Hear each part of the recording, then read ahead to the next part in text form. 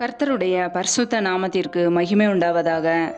தேவன் அருளியப்போ மினிஸ்ட்ரி மூலமாக உங்களோடு தொடர்பு கொள்வதில் மிகுந்த மகிழ்ச்சி அடைகிறோம். இன்றைக்கும் இந்த நாளிலும் தேவன் நமக்கு கொடுக்கிற வார்த்தை நீதிமொழிகள் 10ஆம் அதிகாரம் 19ஆம் வசனம்.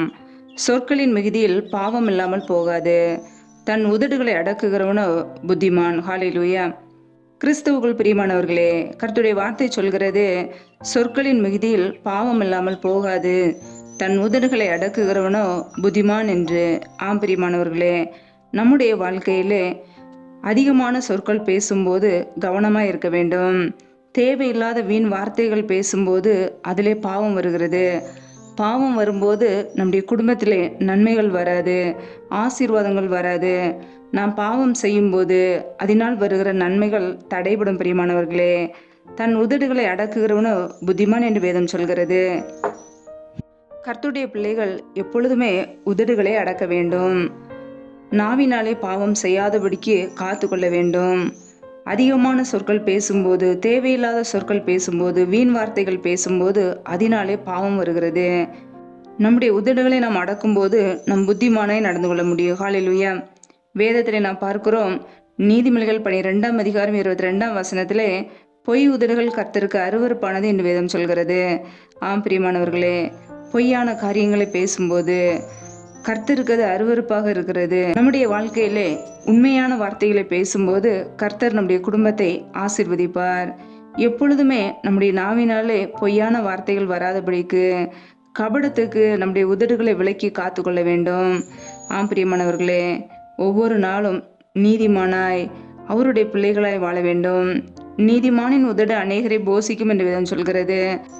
நம்முடைய நாவில வருகிற வார்த்தைகள் மற்றவர்களை போசிக்கக்கூடியதாய் நன்மையான வார்த்தைகளாய் இருக்க வேண்டும். நீதிமான்களுடைய உதடுகள் பிரியமானவர்களை பேச அறியும் என்று வேதம் சொல்கிறது. துன்மார்க்கருடைய வாயோ மாறுபாடுள்ளது என்று வசனம் சொல்கிறது. ஆம் பிரியமானவர்களே, நம்முடைய வாழ்க்கையிலே நீதிமான்களை வாழ்கிறோமா? பிரியமான காரியங்களை பேச விரும்புகிறோமா? கர்த்தருடைய வார்த்தைகளை பேசுகிறோமா? வேத வசனங்களை அதிகமாய் பேசுகிறோமா? நன்மையான வார்த்தைகளை பேசுகிறோமா? மற்றவர்களுக்கு பிரயோஜனமுள்ள வார்த்தைகளை பேசுகிறோமா? மற்றவர்களுக்கு ஆலோசனை கொடுக்கிற வார்த்தைகளாக இருக்கிறதா? அல்லது அநியாயமான காரியங்களுக்கு, துன்மார்க்கமான காரியங்களுக்கு போகிற வார்த்தைகளை பேசுகிறோமா? சற்று யோசித்து பார்ப்போம். கர்த்தருடைய பிள்ளைகள் வீண் வார்த்தைகளுக்கு விலகி நம்முடைய நாவை காத்து கொள்வோம். நம் நாவடக்கத்தோடு இருக்கும்போது, உதடுகளை அடக்கும்போது நம் புத்திமானாய் தேவனுடைய பிள்ளைகளாய் வாழ முடியும். ஹல்லேலூயா. சொற்களின் மிகுதியில் பாவம் இல்லாமல் போகாது. ஆம் பிரியமானவர்களே, அதிகமான சொற்களை பேச பேச பேச, வீண் வார்த்தைகளை பேச, பொய்யான வார்த்தைகளை பேசும் பொழுது, இப்படிப்பட்ட காரியங்களை செய்யும்போது நம்முடைய குடும்பத்திலே ஆசீர்வாதங்கள் தடைபடும்.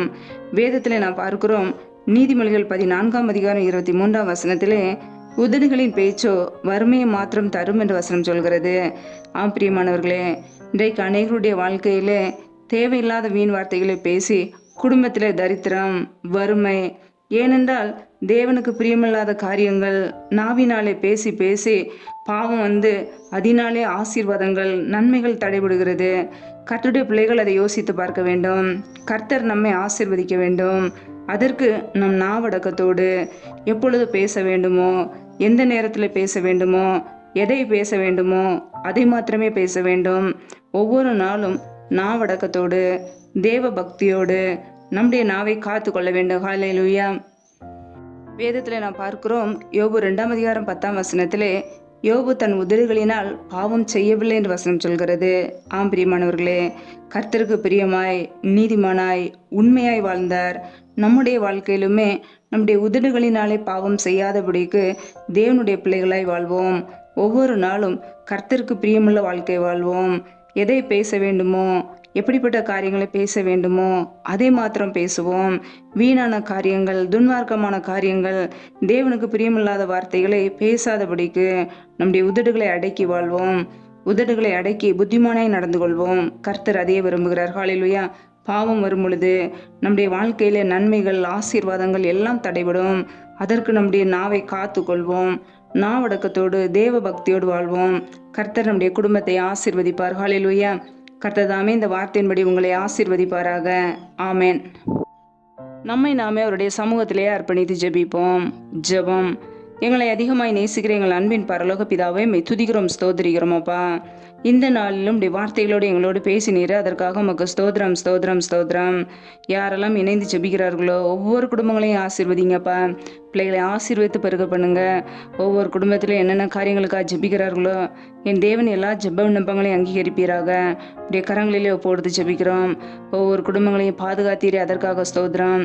ஒவ்வொரு நாளும் எங்களை கண்ணின் மணி போல பாதுகாத்து கிருபையோடு ஜீவனோடு சுகத்தோடு பலத்தோடு ஆரோக்கியத்தோடு சகல நன்மைகளையும் கொடுத்து எங்களை சம்பூர்ணமாய் வழிநடத்தி வந்தவரே மை துதிக்கிறோம், ஸ்தோத்திரிக்கிறோம் அப்பா. இந்த நாளிலும் இப்படி சமூகத்தில் எங்களை முற்றிலுமாக தாழ்த்துகிறோம். இந்த நாளில் எங்களை பத்திரமாய் பாதுகாத்து கொண்டீரே, அதற்காக ஸ்தோத்திரம். உண்ணவும் உடுக்கவும் தங்குவதற்கு இடமும் கொடுத்து எங்களை பாதுகாத்தவரே பராமரித்தவரே மை துதிக்கிறோம், ஸ்தோத்திரிக்கிறோம் அப்பா. பிரயாணங்களிலே போகும்போதும் வரும்போது எங்களோடு கூட இருந்து எங்களை பாதுகாத்தவரே மை துதிக்கிறோம் அப்பா. முடிய சமூகத்திலே முற்றிலுமாக தாழ்த்துகிறோம்.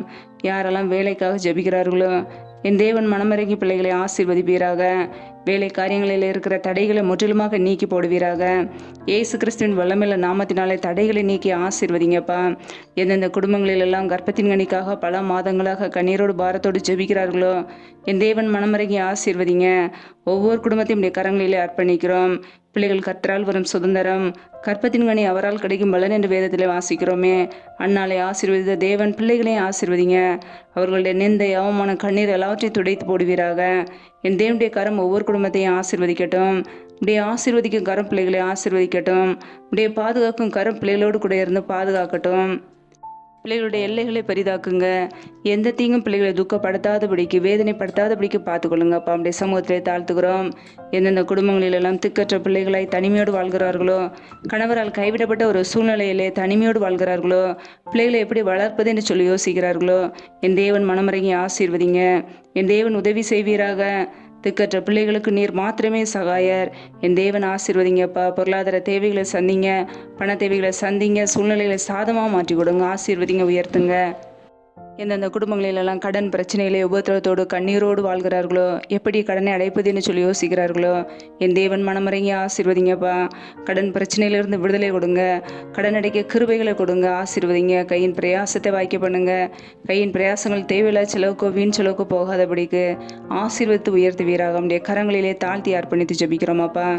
எந்தெந்த குடும்பங்களிலெல்லாம் கணவன் மனைவிக்கிடையே பிரிவினையோடு குழப்பத்தோடு சண்டையோடு வாழ்கிறார்களோ என் தேவன் அந்த குடும்பத்துக்கு மனம் இறங்குவீராக.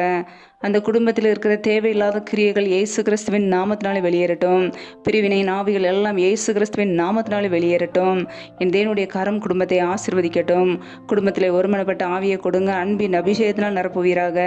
பிரிந்த குடும்பங்கள் எல்லாம் இயேசு கிறிஸ்துவின் நாமத்தினால் மறுபடியும் இணைக்கப்படட்டும். உடைய கரங்களிலே தாழ்த்துக்கிறோம், அர்ப்பணிக்கிறோம் அப்பா.